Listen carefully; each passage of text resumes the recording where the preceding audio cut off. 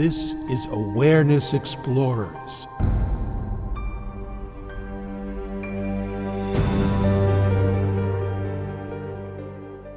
Welcome back, fellow explorers, to Awareness Explorers. I'm Jonathan Robinson. I'm with my co-host, BrianTomO'Connor. And we have another exciting episode, one that I'm particularly interested in, and that is what we call artificial intelligence, or AI, and awakening. Do these latest technologies help or hinder our ability to awaken? We're going to have a lot of information here for you that may just knock your socks off because you may not be aware of what's going on in this world, but we're going to put it all through the lens of, do these new abilities, the new things like ChatGPT and other things, help us to awaken or hinder? And when we decided to do a episode on this today, Brian, what popped into your head? Well, the first thing that popped into my head was that you know a lot more about AI than I do. I know something about it, including a very interesting conversation with AI that Angelo DeLullo recorded, which we'll talk about later. But the other thing that popped into my head is that I'm somewhat skeptical, but willing to be convinced about whether AI is effective for awakening. But I'm also interested in what AI tells us about the nature of consciousness, including our own consciousness. Yeah, it will certainly have a different perspective. And, I've been following AI for a bunch of years, and what I've seen lately as I have introduced some of my friends to the latest technologies is what I call the AI wow, which is I show them something that AI can do now that it couldn't do even 2 months ago, and people's heads practically explode. They say, "Oh my God, I can't believe that." And I introduced to some friends lately that I may be done with my career as a writer because my last book proposal, my publisher wrote back saying, "We don't need this. We had AI. We love the idea of this book. So we had ChatGPT write it. And thank you very much for your service." So my job that way is pretty much gone.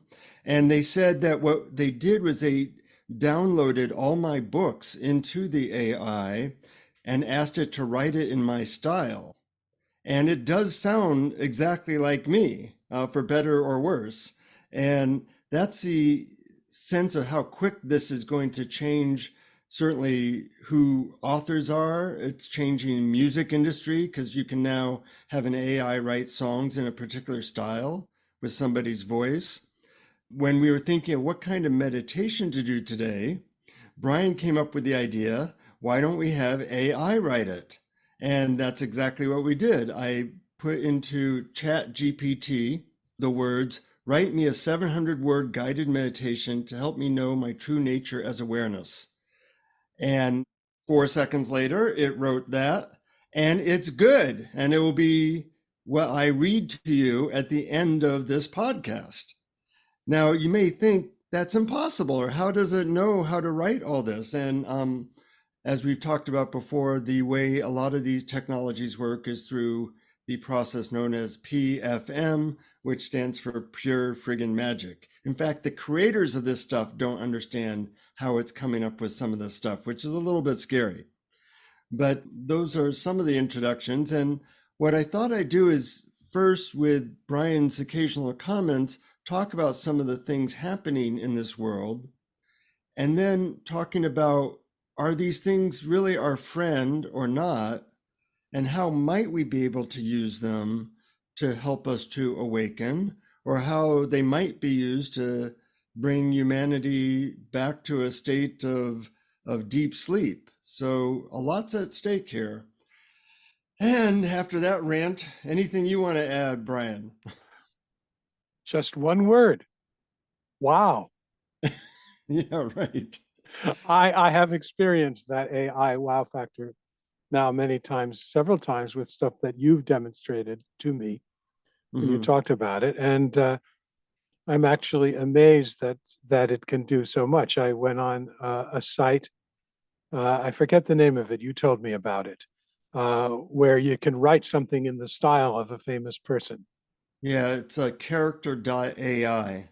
Yes, I went on to character.ai and asked it a question and asked it to answer me in the style of Ramana Maharshi, which it did, and it sounded like pure Ramana Maharshi, although certainly not any better than, and perhaps a little more generic, but Hmm. still, wow, it was amazing.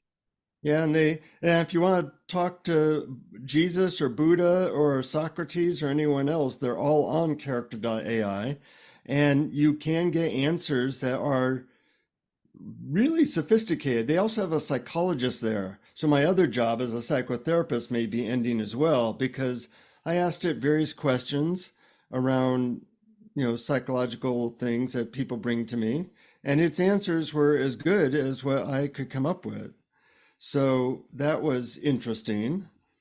Um, I just read an article in the magazine called The Week about people having relationships with AI characters that they can form. Like, I want them to be this tall and sound like this and be very empathetic and also talk to me in this way. You can literally create exactly what kind of relationship character you want, and you can then have it interact with you on video, speaking to you in the voice that you like.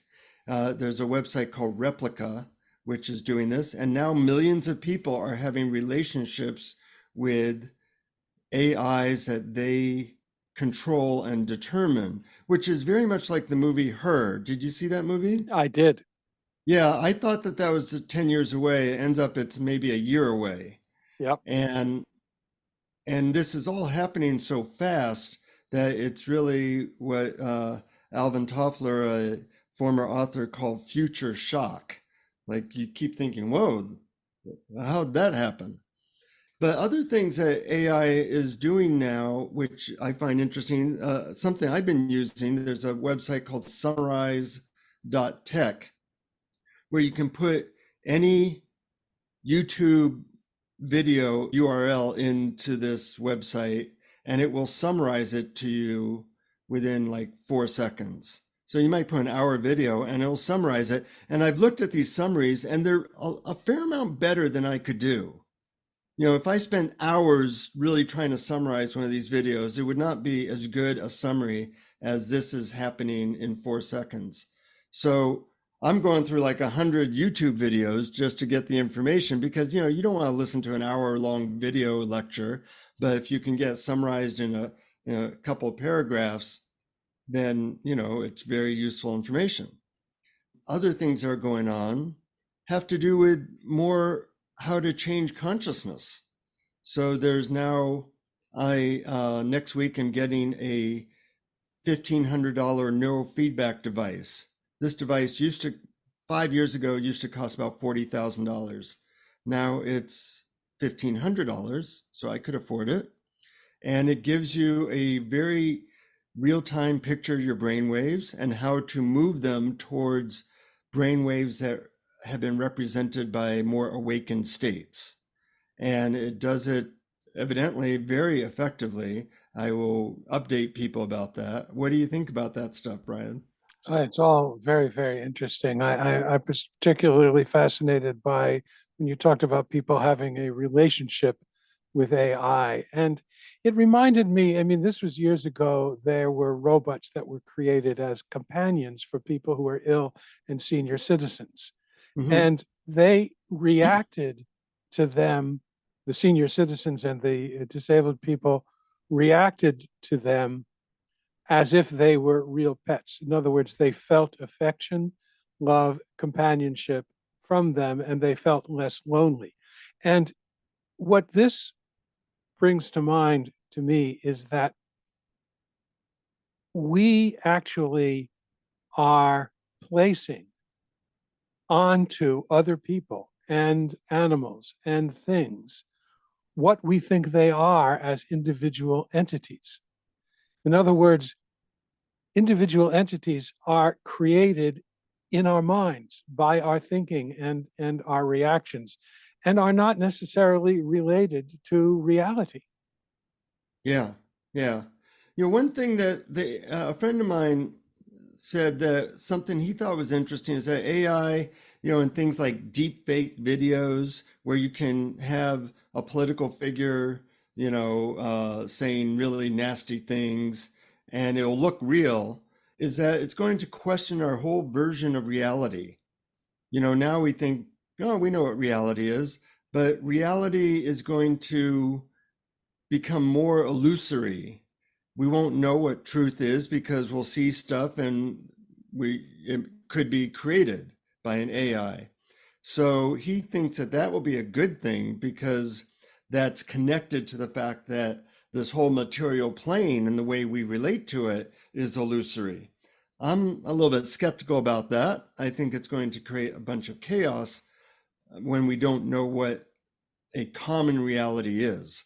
Right now we already have problems around that. Like, was the 2020 election in America stolen? Well, people have different realities about that.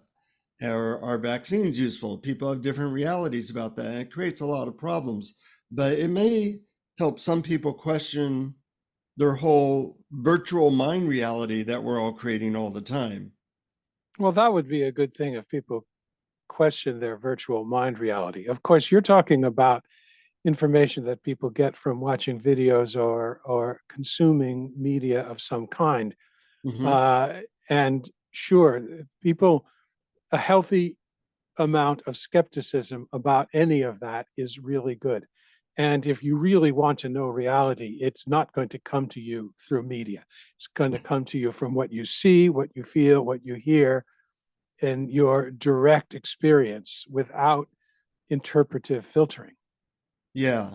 And what we've seen, I think there's a movie on Netflix called The Social Dilemma, which is all about how AI through social media has kind of hacked our brains and has realized that, if Facebook or all these different sites put up stuff that gets our emotions going, that is tailor made to get us riled up because they want to keep us on Facebook and these other sites.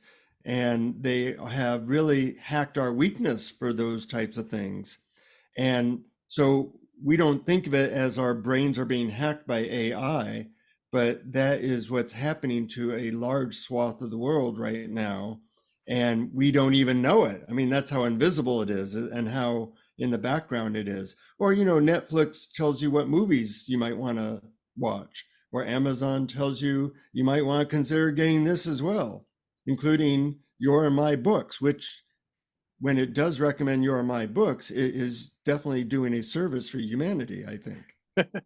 Well, I've always found that to be extremely helpful, that collaborative filtering that something like Amazon does, because I have learned about some of my favorite teachers and authors that way. Of course, if I were some sort of neo-Nazi, I would learn about my favorite neo-Nazi authors too. So, it's a double-edged sword there. Definitely. And when AI does this, it gets us hooked. Like it's like a drug dealer.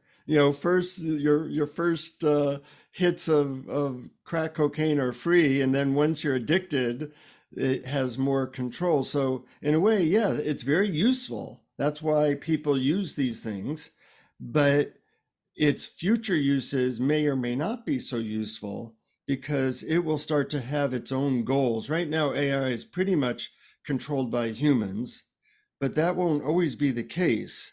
And in fact, since ChatGPT came out, they found that it's able to program itself, and we don't know what its aims will be.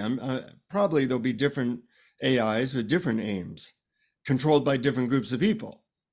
But the future is interesting that way. Some of the things that I currently have used it for, besides this neurofeedback and the meditation creation, which we will be saying later, is there's devices that I used once where you use focus ultrasound to trigger certain neural pathways in the brain that bring out a state reminiscent of awakening.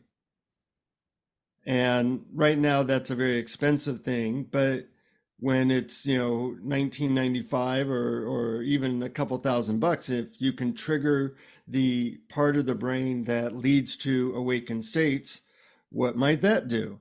We don't know. I have a friend, actually, we had him on the show twice, Ted Strauss, and he is gotten together a treasury of all the best psychological and spiritual growth techniques from all the great teachers, and he is trying to create a system where somebody can ask an AI a question, and it will, based on an 80 question survey of where you're at in terms of your consciousness, your emotions, your body awareness, things like that, it will give you a custom recommendation as to exactly what teachers and methods would be best suited for your personal growth right now. That's like a perfect spiritual teacher. He hasn't created it yet. In fact, he's looking for people who will invest in this project. So if you have an interest in knowing more about it or investing in it, write to us at Awareness Explorers and we'll connect you with Ted. And I'm likely to invest in it as well, because I think the world really needs people or needs a system that can give people their unique approach for where they're at to get to the next level of awakening and mental and physical and emotional health. So when you hear that, what's that sound like? Well, I think it's marvelous. I don't have any objection to it. I don't have any reason that TED should not go ahead and develop it and that people shouldn't use it. It sounds great. However, I don't feel that it's going to replace live interaction with a teacher. I'll give you an Mm-hmm. example. I used to study very much with Stuart Schwartz, and he is a former Sedona method teacher and a student of Robert Adams in the Ramana Maharshi lineage. And we were having a one-on-one, and we were talking, and he looked at me and he said, "That's it." And I said, "What do you mean that's it?" And he said, "That's what I'm talking about." And I said, "How can you tell?" And he said, "You got quiet." And Mm-hmm. he didn't mean I stopped talking. Mm-hmm. He meant that inside, in my inner life, I wasn't involved in words and concepts. I was experiencing the background in which words appear. And he could tell by looking at me, he could give me feedback. And a good teacher will respond. Rupert Spira talks about this, how all his answers in his retreat Q&A sessions are really geared toward the person who asks the question. And two people might ask identical questions, and he would give a different answer based on the energy he is picking up from that person. So I don't think that spiritual teachers will be replaced by AI, but at the same time, I have no objection to their spiritual teaching being enhanced by AI, as you described. Right. And just to piggyback on something you said, I had my EEG brainwaves analyzed in real time by a machine called the Mind Mirror, a very sophisticated EEG 64 channel machine. And while I'm having that done, somewhere in the meditation, the woman says, "That's it." Just the phrase that you got from Stuart Schwartz. That's it. Whatever you're doing now, that is what she called the enlightened brainwave state. So Aha. keep doing that. And it ended up like that was very useful information for me because it was a very specific meditation I was doing in that moment, what's called the Lester Love meditation. And she said, "You've been doing all kinds of different meditations, but whatever you were doing right in that moment was the thing that really changed your brain waves significantly in the positive direction." So even a AI might be useful in that direction as well. We don't know. But I agree with you that human beings do want human contact. And Yet we can see in websites like Replica and others that a lot of human beings don't care for human contact. They would rather have a reflection of what they want. That's true. That's true. And who can say whether that's right or wrong? But really, the proof of the pudding is in the eating. If an individual has found a method that turns their attention to pure awareness itself, as opposed to the conceptual, filtered experience, direct experiencing, then I can only see that as a good thing, no matter how it's packaged or where it comes from. Hmm. Well, many years ago, about 10 years ago, actually, I was part of a conference or get together with a bunch of leaders in the spiritual and psychological realms about trying to use artificial intelligence as a awakening and personal growth coach. This would be something that you'd ask it kind of like ChatGPT and would give you a personalized answer. But the idea was to even take it further, and it would coach you throughout the day in the way that you wanted. Like you and I might say, when you notice that we are moving fast, you might want to tell us to slow down and use the include tool or some other awakening tool. And it would be, I have hearing aids because I have poor hearing, and I can actually listen to an audiobook which nobody else can hear because it goes right to my hearing aids. Well, it's a small step to have that be my AI coach from my smartphone, getting real-time feedback of things like my heart rate variability, my steps, how fast I'm moving, and give me personalized coaching to help me move slower, to be more present, to be more mindful, and to do things that it has seen through physiological measurements and EEG measurements moves me towards greater presence and awakening. That's only about a year off. And they already have examples of this, but they are a little bit, buggy at this point. So that's also in the future. Who knows what effect that will have? Now, of course, these coaches can coach you towards whatever you want. It can coach you towards eating less or maybe being a better partner for your mate. It might listen to your voice and analyze that you're stressed and then say, you need to calm down now, Jonathan, and tell your partner how beautiful they look and tell them, really, this is the future. Well, I'm not saying it's good or bad. I'm just telling you what's about to come out. well, that is really fascinating. And I mean, I don't mean to be looking at it through rose-colored glasses because I'm sure there might be lots of downsides. But anything like that increases the level of happiness in humanity, I can only see as a good thing. I'm sure there's plenty of people who could argue that it's going to do the opposite, but if we're only filtering the stuff that you're talking about, it sounds pretty darn good. Yeah. I did a talk at Google about 8 years ago called The Future of Happiness. And you can Google it or go to YouTube and say Jonathan Robinson Google and it'll show up. It's an hour-long talk. And afterwards, I met with some Google executives and they said, wow, you're actually right on to what we're trying to do. We're trying to create they said, really what everybody wants is to be happy or to be happier. And perfect search would be what would make me happier. And we are trying to create an AI coach that will, through knowing you personally, make recommendations in real time as to what would be good for you to do that would increase your happiness.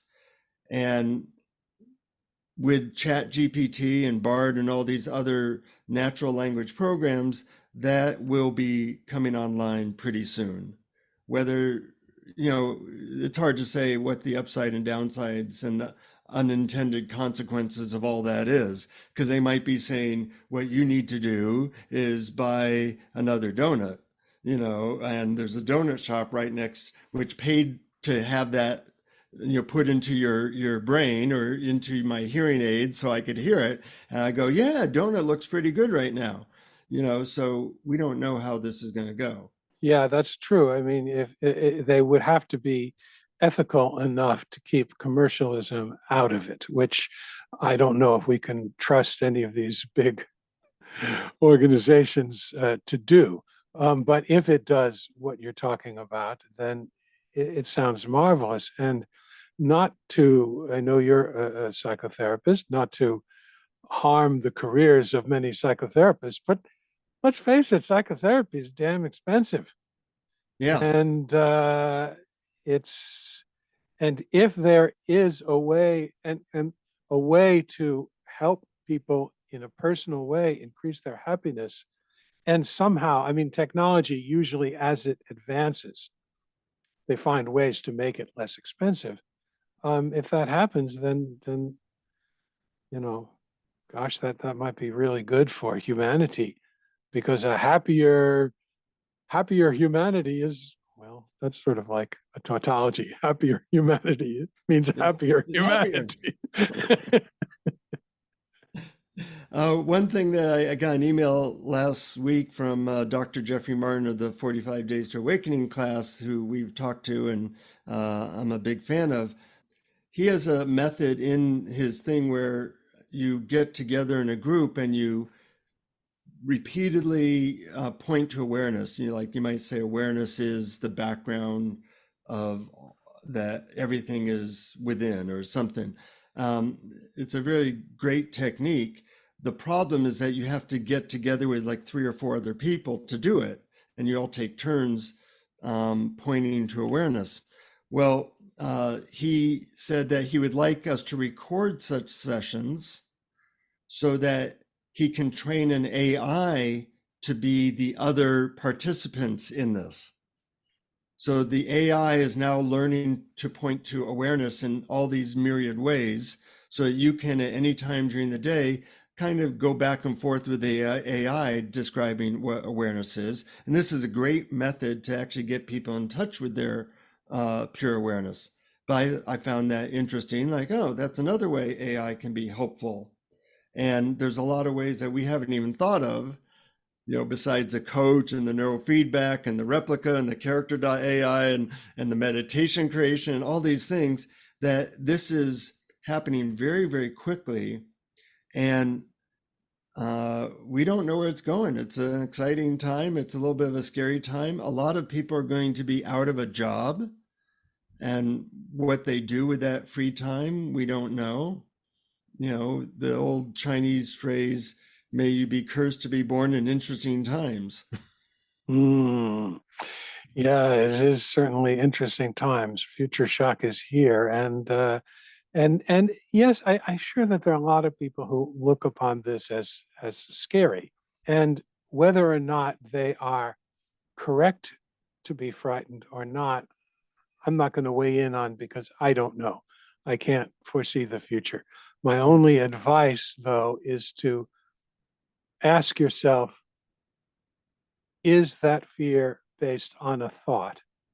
And then ask yourself, what can I notice about my current experience without thought, Mm-hmm. without the words running through my head?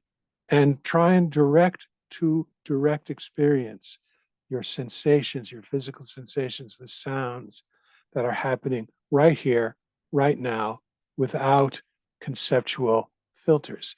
That would be my advice if you get scared. Yeah, and I tell people, because I do these lectures to various groups, that I can predict your future. I say your future is you're going to get older, the world's going to get more and more stressful, and then you're going to die. So with that being the case, it's worth investing in how to be present to awareness, how to be present to peace, because that way you can be the eye of the hurricane. Now, some of these technologies may help with peace. Some of them will certainly hinder with that. And I wrote a book a few years ago called The Technology of Joy, in which I went into 101 gadgets for helping people feel more delight. Everything from apps to supplements to various types of gadgets.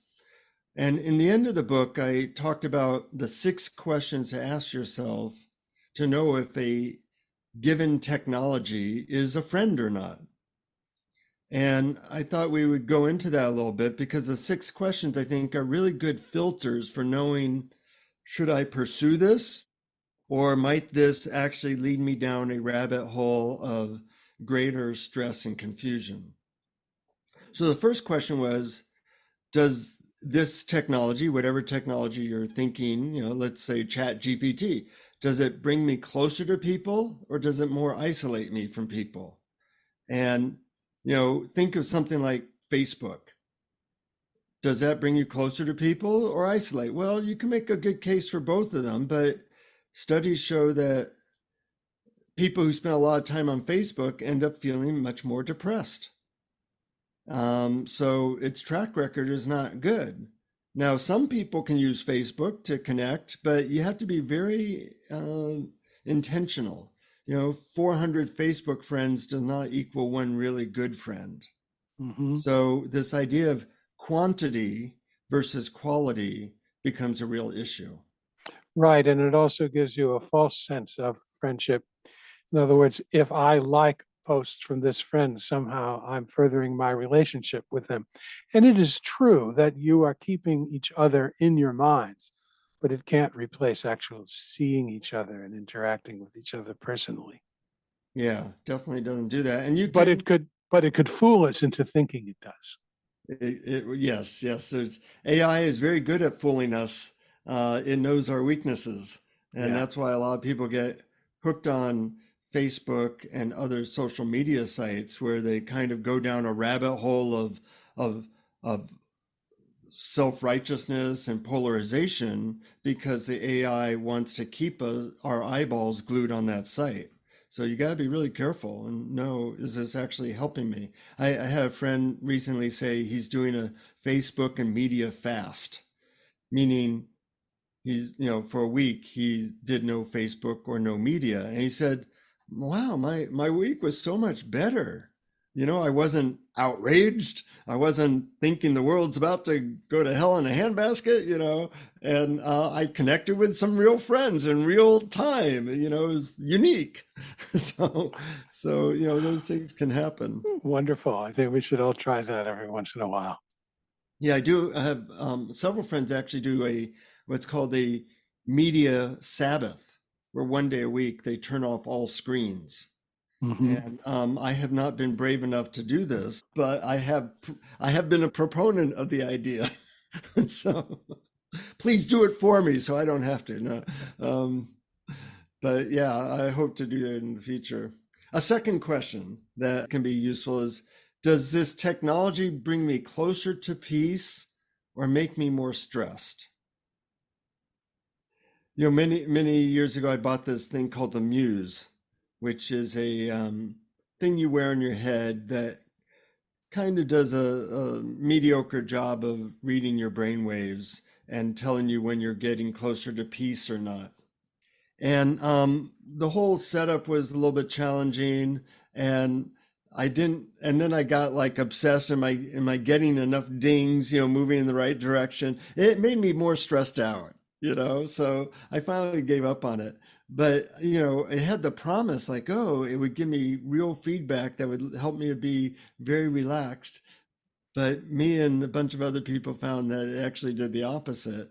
So that And question proved really useful. yes, Mm-hmm. this is not working for me. Mm-hmm. So that's a good question. Is it bringing me closer to peace or making me more stressed out? A third question, does this add depth and joy to my life, or does it lead to more superficiality and anxiety? Well, take a smartphone.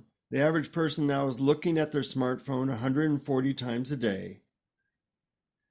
You go back 15 years and say, do you want a device in your pocket that you look at every 3 minutes that often leads to more stress? People would say, hell no. But lo and behold, guess where we are?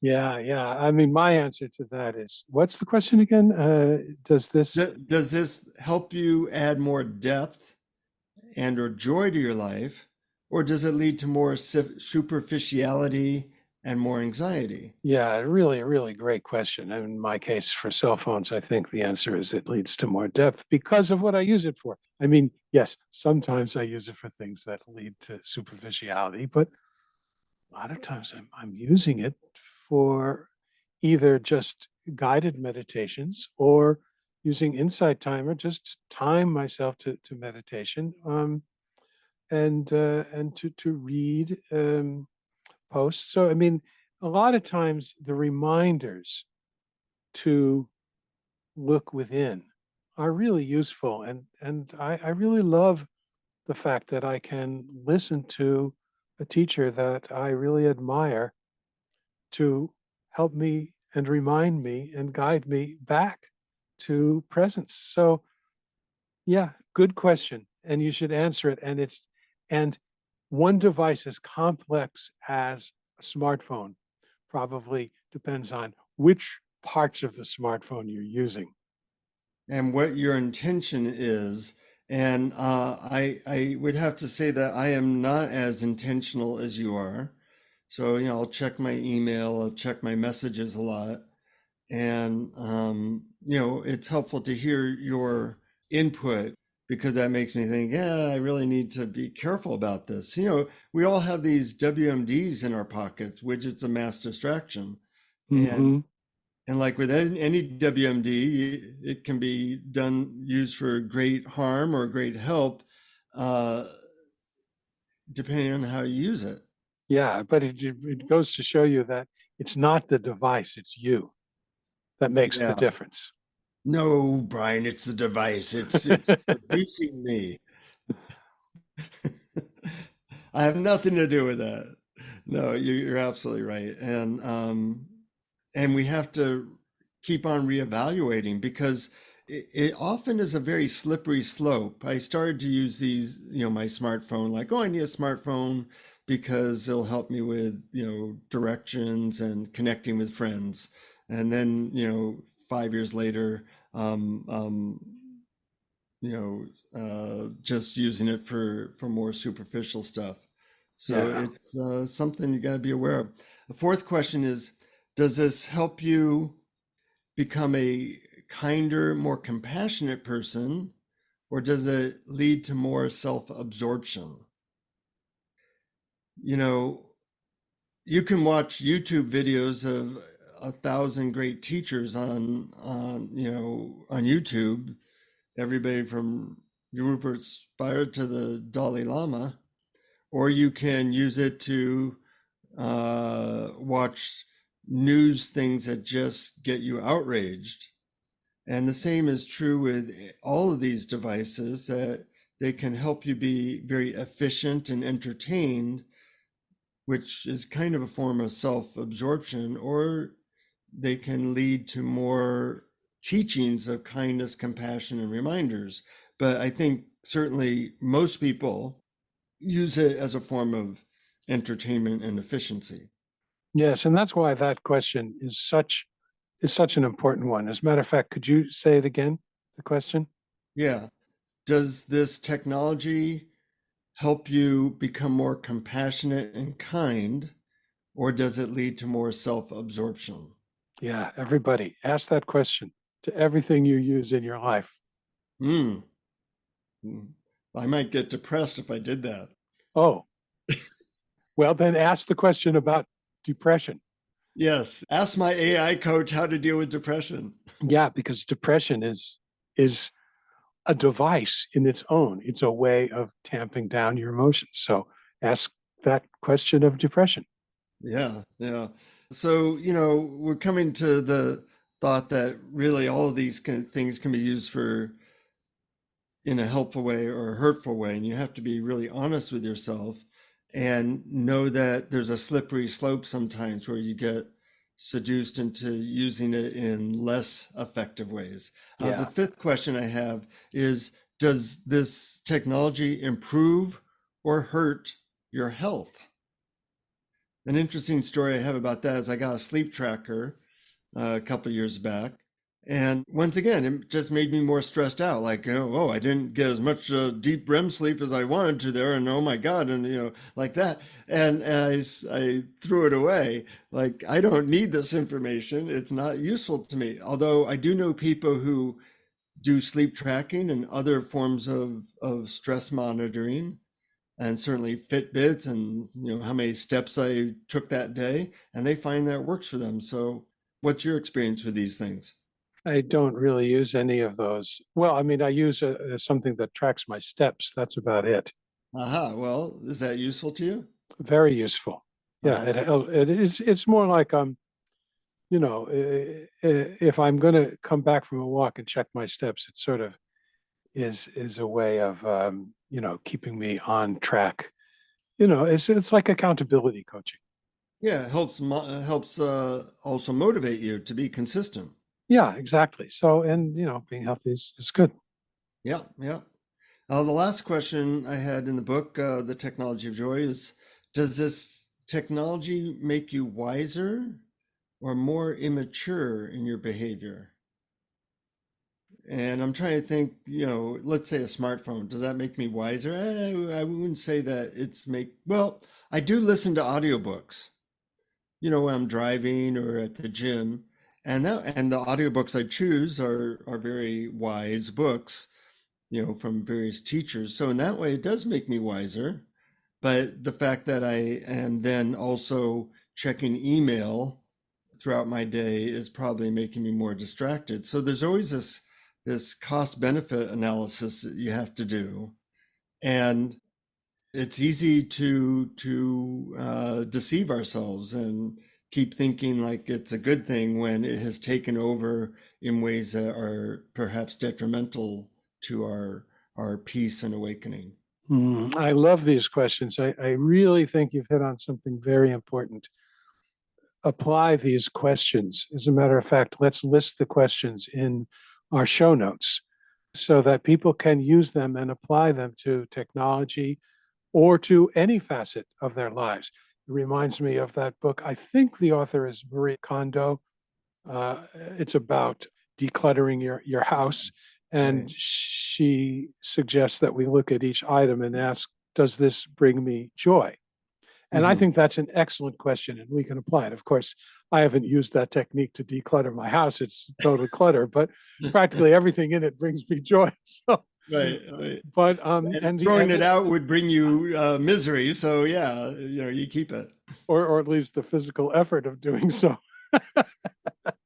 But the other thing is, the other question to ask of anything is, does this engage my analytical mind, or does this quiet down my analytical mind, allowing me to experience reality directly and unfiltered? Hmm.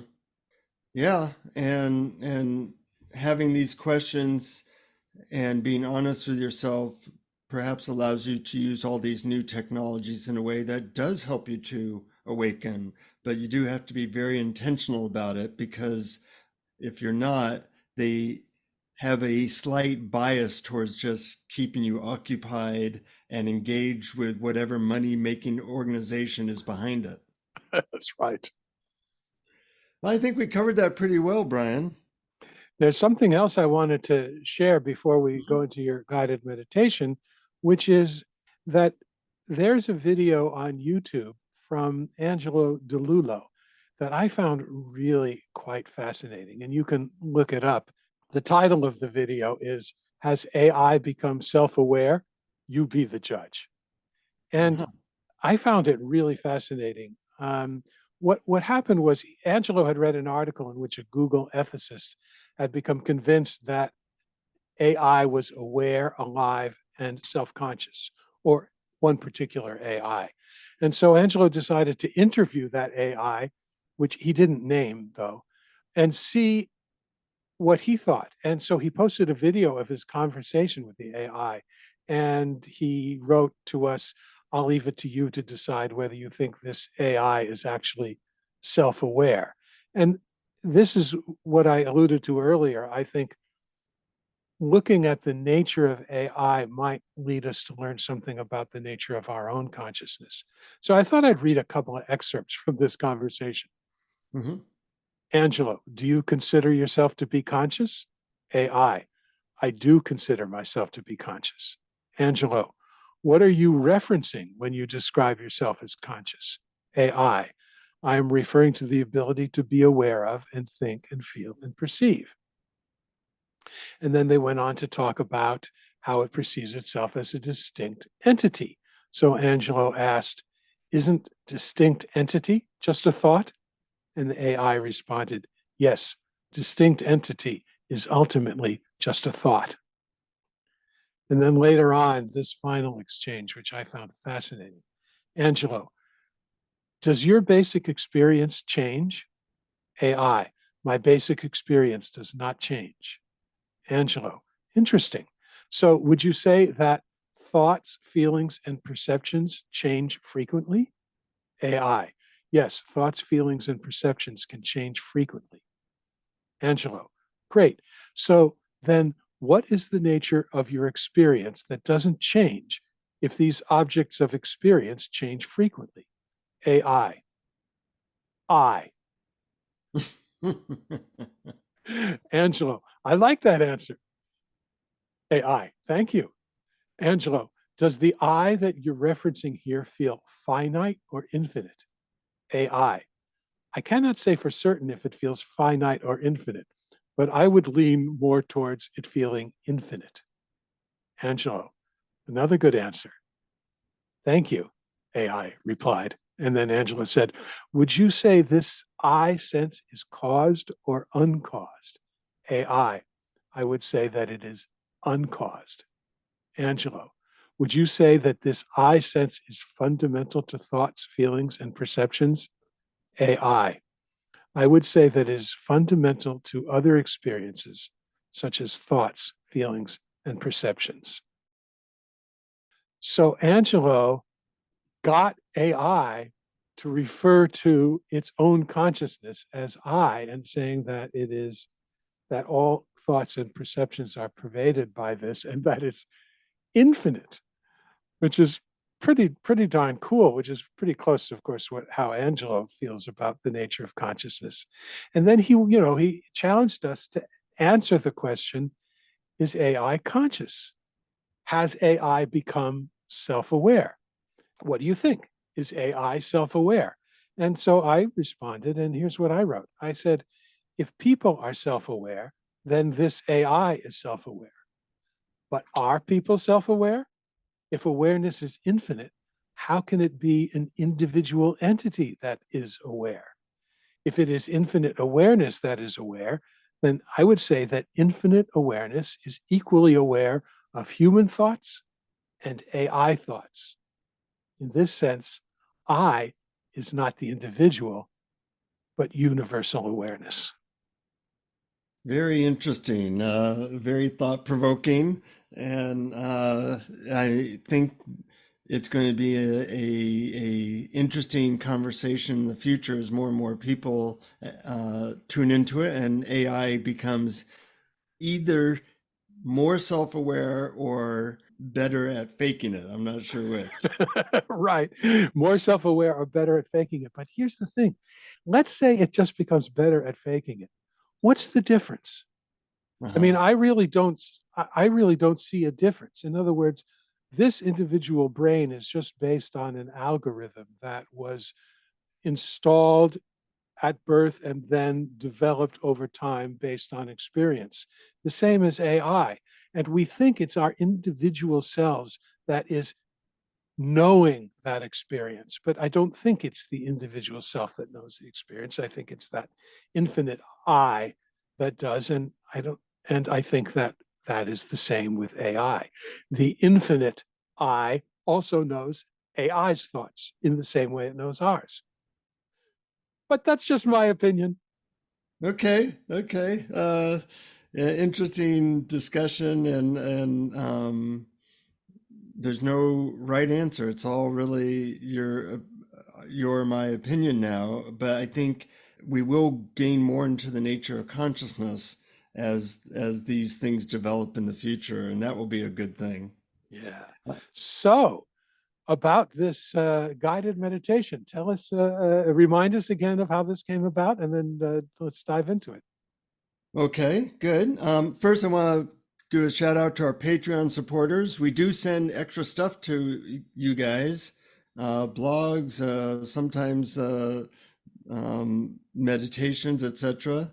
And thank you for supporting us at patreon.com/awareness explorers. So this guided meditation really came from your idea, Brian, of you were thinking, what kind of guided meditation could we do? And you said, well, maybe we could have ChatGPT write it. So I wrote in ChatGPT, write me a 700-word guided meditation to help me know my true nature as awareness. And this is, you are about to be guided by its answer to that question. So thank you, AI, for this. I think you'll find it very enjoyable. If you can right now, make yourself comfortable and close your eyes if it's safe to do so. Welcome to this guided meditation that will help you to connect with your true nature as awareness. Sit comfortably in a quiet place where you'll not be distracted for the next 10 minutes or so. And start by taking a deep breath in, and as you exhale, let go of any tension or stress in your body. Take another deep breath in, and as you exhale, release any thoughts or worries that are on your mind. Now bring your attention to your breath. Notice the sensation of the air flowing in and out of your nostrils.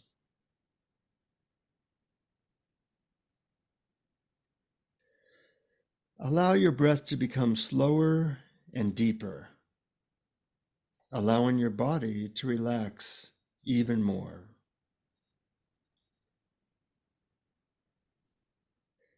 As you breathe in, imagine that you're breathing in pure white light. This light represents your true nature as awareness. As you exhale, imagine that any tension, stress, or negativity is leaving your body in the form of dark, heavy smoke.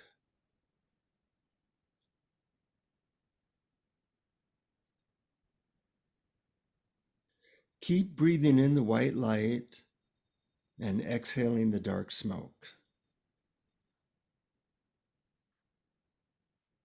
Allow yourself to sink deeper into a state of relaxation with each breath.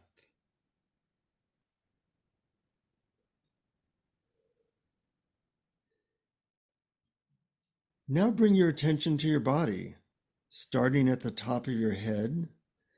Scan down your body and notice any areas of tension or discomfort. And as you notice each area, imagine sending a beam of white light to that area, allowing it to relax and release any tension.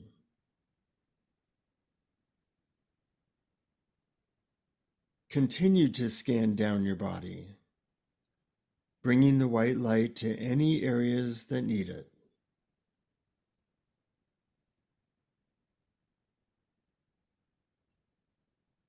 Allow yourself to fully relax and let go.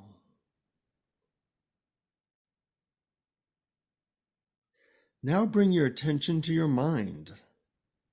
Notice any thoughts or emotions that are present. Instead of getting caught up in them, simply observe them.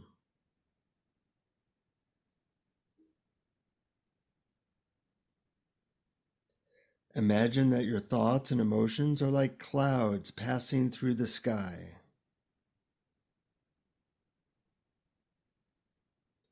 They come and go, but you are the sky, always present and unchanging.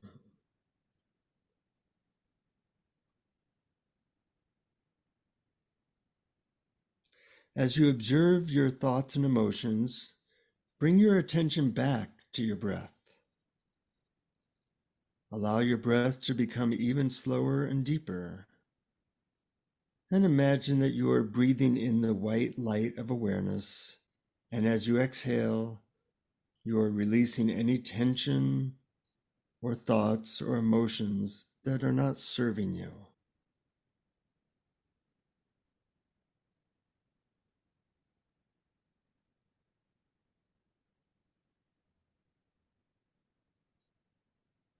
Now imagine that you are standing at the edge of a vast ocean. The water is calm and still. You are aware of the ocean, but you are not the ocean. You are the observer, watching the ocean from a place of stillness and peace. As you stand there, imagine you are looking out at the horizon. The sun is just beginning to rise, and the sky is filled with hues of pink, orange, and gold. Allow yourself to be fully present in this moment, observing the beauty of the sunrise and the vastness of the nature of the ocean. As you continue to observe the sunrise and the ocean, allow yourself to connect with your true nature as awareness. You are not your thoughts or emotions. You are not your body. You are the observer, the witness, the consciousness behind it all. Allow yourself to rest in this place of awareness for as long as you like.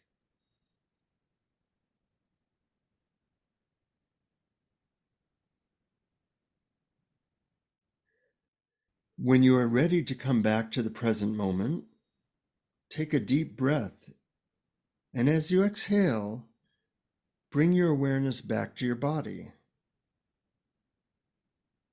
Take a moment to notice how you feel. You may feel more relaxed, peaceful, and centered. Remember that you can return to this place of awareness at any time by simply bringing your attention to your breath and observing your thoughts and emotions without judgment. As you go about your day, remember that you are not your thoughts or emotions. You are the observer, the witness, the consciousness behind it all. Allow yourself to connect with your true nature as awareness and see how this awareness can bring more peace, joy, and fulfillment into your life. Welcome back. Thank you, Wow. ChatGPT, for that meditation. That's remarkable.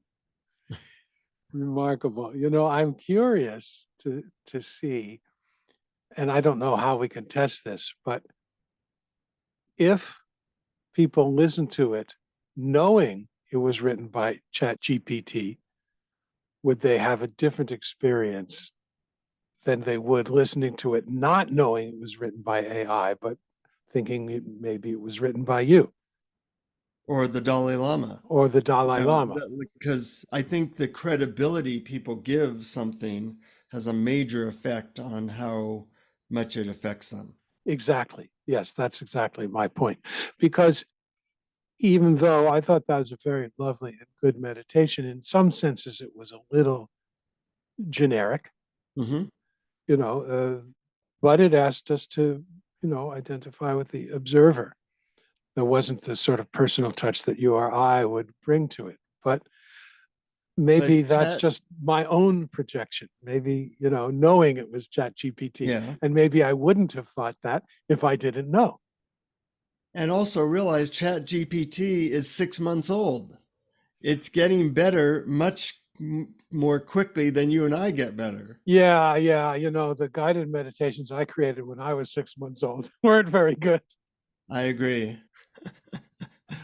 And we're Oh, getting my. better, hopefully. Yeah, yeah. But it's so fascinating. And I learned a lot. And it's just so interesting, all the stuff that you brought and talked about here. And I don't feel, I'm probably, maybe my head is in the sand. I don't feel particularly frightened, at least not by its usage, not by AI's use in this realm. Perhaps in other realms, there's stuff to worry about. But right now, and maybe it's the effect of the meditation, I'm feeling calm, relaxed, optimistic, and hopeful and joyous. Well, certainly the more informed you are and the more you contemplate the questions that we asked at the end, the more likely you'll be able to use these changing technologies in a way that furthers your awakening and connection to a deeper part of yourself. Absolutely. Use those questions, ask them in every area of life, but particularly in any area that you feel will help your spiritual life. Until next time, we thank you for your listening. Tell your friends about this. If you found it interesting, pass it on. And until next time, keep exploring. Keep exploring. Thank you for listening to Awareness Explorers. To learn more, you can check out our website at awarenessexplorers.com. Please subscribe to our podcast on your favorite podcast app. We'd love it if you would post a review. And please share our link on Facebook and with family and friends, because knowing yourself as awareness is the greatest gift you can give yourself or someone you love.